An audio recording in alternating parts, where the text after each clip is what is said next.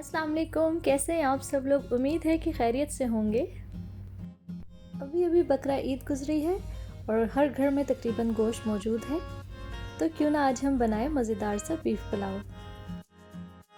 Recipe को and तक ज़रूर देखें क्योंकि बीच में कुछ अहम बातें होती हैं जिनको अगर नज़रअंदाज कर दिया जाए तो आपके बीफ पुलाव का जायका ऐसा नहीं होगा जो कि असल रेसिपी है। अब हम शुरू करते हैं आज की मज़ेदार सी रेसिपी। इस बीफ पुलाव को बनाने के लिए सबसे पहले हम बीफ की यखनी बना लेंगे और यखनी बनाने के लिए मैंने ले लिया है एक प्यारा सा बर्तन। इसमें मैं शामिल कर रही हूँ तकरीबन 1 किलो बीफ। इस बीफ में कुछ बीफ जो है वो बिल्कुल सादा सा है और कुछ जो है वो मैंने चर्बी वाली बोटियाँ भी ली हैं और साथ ही मैंने एक बड़ी सी हड्डी भी इसमें डाली है। इन तमाम चीज़ों को मिक्स करके जब हम यखनी बनाते हैं उस यखनी में जो पुलाव बनाया जाता है वो बहुत ही ज़्यादा जूसी होता है, बिल्कुल भी ड्राई नहीं होता। अब मैं ले रही हूँ 1 अदद दरमियानी साइज़ की प्याज। इसके मैं 4 टुकड़े करके ये भी मैंने इस गोश्त में डाल दिया है। साथ ही मैं शामिल कर रही हूँ 1 चाय का चम्मच लहसुन अदरक का पेस्ट। अब हम यखनी के मसाले शामिल करेंगे जिसमें है 3 अदद सब्ज़ इलायची, 1 चाय का चम्मच काला ज़ीरा, 1 चाय का चम्मच साबुत काली मिर्च, 1 चाय का चम्मच सौंफ और 1 चाय का चम्मच सूखे धनिया का पाउडर। इसकी जगह साबुत सूखा धनिया भी इस्तेमाल कर सकते हैं। इन तमाम मसालों को अब हम बीफ में शामिल कर देंगे। इसके साथ ही अब इसमें मैं डालूँगी 3 गिलास पानी और इसे हम बॉयल होने के लिए रख देंगे। मैं देगची में बॉयल कर रही हूँ इसलिए मेरे तकरीबन 45 मिनट लगेंगे। जो लोग कुकर में बॉयल करते हैं उनको पता है कि कुकर में 15 से 20 मिनट में बॉयल हो जाता है।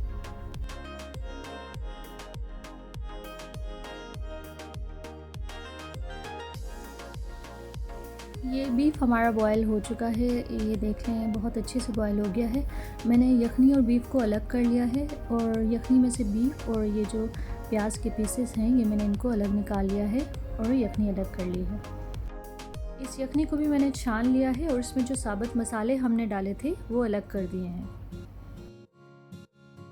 अब हम चलते हैं कुकिंग प्रोसीजर की तरफ। सबसे पहले एक बर्तन में मैंने तकरीबन आधा कप कुकिंग ऑयल ले लिया है। इसमें मैं डालूंगी स्लाइस की हुई 2 अदद दरमियानी साइज़ की प्याज और इन्हें ट्रांसपेरेंट होने तक पका लेंगे।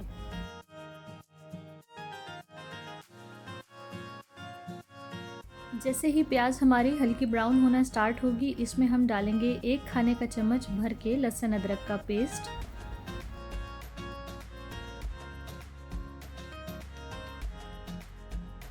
इसको हमने अच्छे तरीके से मिक्स कर लिया है। अब जो पुलाव में हम मसाले डालेंगे उसमें शामिल है 1 चाय का चम्मच काला ज़ीरा, 1 खाने का चम्मच पिसा हुआ गरम मसाला, 1 चाय का चम्मच लाल मिर्च, 1 चाय का चम्मच हल्दी, 1 खाने का चम्मच कुटी हुई लाल मिर्च और 1 खाने का चम्मच पिसा हुआ धनिया। इन तमाम मसालों को हम प्याज में डाल के 2 मिनट के लिए अच्छे से फ्राई कर लेंगे। याद रखें कि इसमें लाल मिर्च का पाउडर मैंने बहुत थोड़ा सा डाला है, कुटी हुई लाल मिर्च ज़्यादा डाली है ताकि हमारे जो पुलाव है उसमें रेडिश शेड ना आए, वो ब्राउन कलर का हो। साथ ही मैं इसमें डाल दूंगी आधा कप पानी ताकि मसाले हमारे जो हैं वो अच्छे से फ्राई हों, जल ना जाए।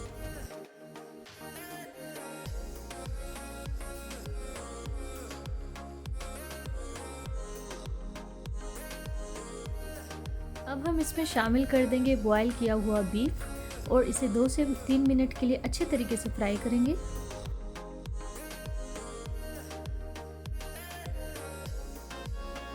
तीन से 4 अदद कटी हुई हरी मिर्चें शामिल कर देंगे इसमें और इसके साथ साथ ही जो यखनी हमारी थी वो भी हम इसमें शामिल कर देंगे। अब हम इस यखनी में डालेंगे नमक हस्बे ज़ायका और साथ ही हम कुटी हुई काली मिर्च 1 चाय का चम्मच इसमें शामिल कर देंगे।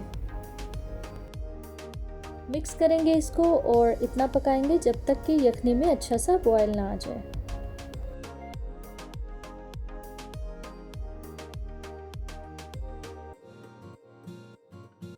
ये देखिए यखनी हमारी बहुत ज़बरदस्त तरीके से बॉयल हो चुकी है। अब हम इसमें शामिल करेंगे भीगे हुए चावल, 3 से 4 कप मैंने चावल को तकरीबन 15 मिनट पहले भिगो के रख दिया था, वो अब हम इसमें शामिल कर देंगे। मिक्स करके इस पर ढक्कन रख के हम इसे पकाएंगे जब तक कि चावल जो है 3 कनी पक ना जाए।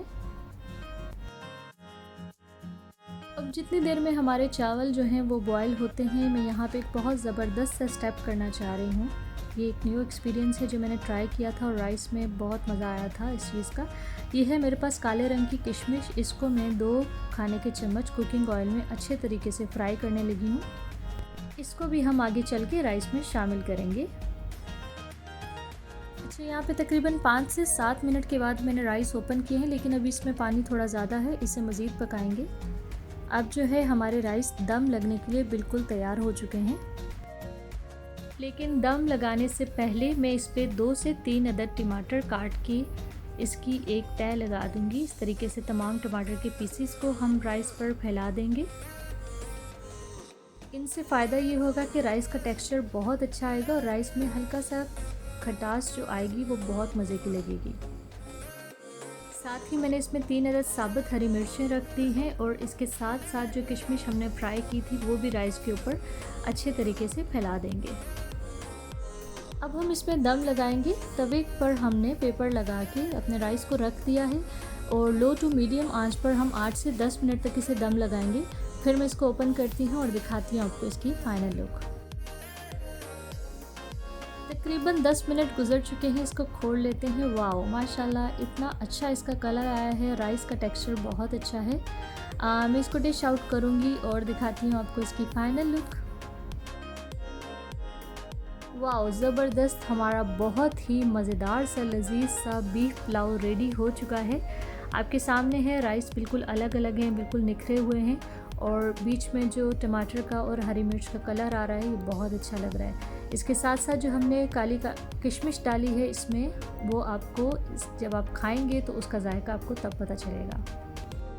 उम्मीद करती हूँ मेरी आज की ये रेसिपी आपको ज़रूर पसंद आएगी। ट्राई कीजिए ये रेसिपी, अपने घर वालों को खिलाइए और उनसे उनके कमेंट्स लीजिए और उसके बाद मुझे कमेंट बॉक्स में लिखना ना भूलें। अपनी दुआओं में याद रखिए। मिलते हैं एक नई रेसिपी के साथ, जब तक के लिए अल्लाह हाफ़िज़।